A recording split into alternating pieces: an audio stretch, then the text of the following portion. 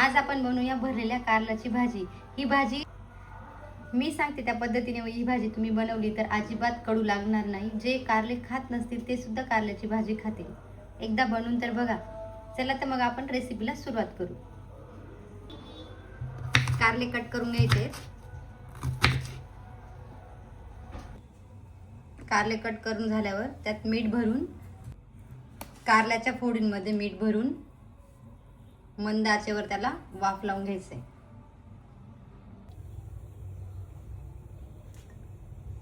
मंद आचेवर वाफ लावून घ्यायचे 15 मिनिट। कारल्याला वाफ लावून झाली। आता आपण त्यात मसाला भरून घेऊ। त्यासाठी लागणार साहित्य सांगते। भाजलेले शेंगदाणे, त्यात हळद टाकायची, चवीपुरता मीठ, गरम मसाला, गूळ, तेल, थोडं पाणी। मसाला आपण कारल्यात भरून घेऊ। कारल्यात मसाला भरून झाला आहे। आता आपण त्याला तेलात परतून घेऊ। 2 पळ्या तेल घातले।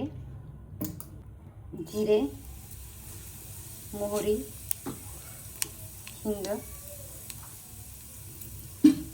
चांगलं तडतडल्यावर ना त्यात आपले भरलेले कारले टाकून द्यायचे। तेजपत्ता, कस्तुरी मेथी। आता यावर 5 मिनिटं झाकण ठेवू। तयार आहे आपली छानशी कारल्याची भाजी। तुम्ही पण बनवा आणि खा। अजिबात कडू लागणार नाही। आणि माझ्या चॅनलला लाईक आणि सबस्क्राईब करा। धन्यवाद।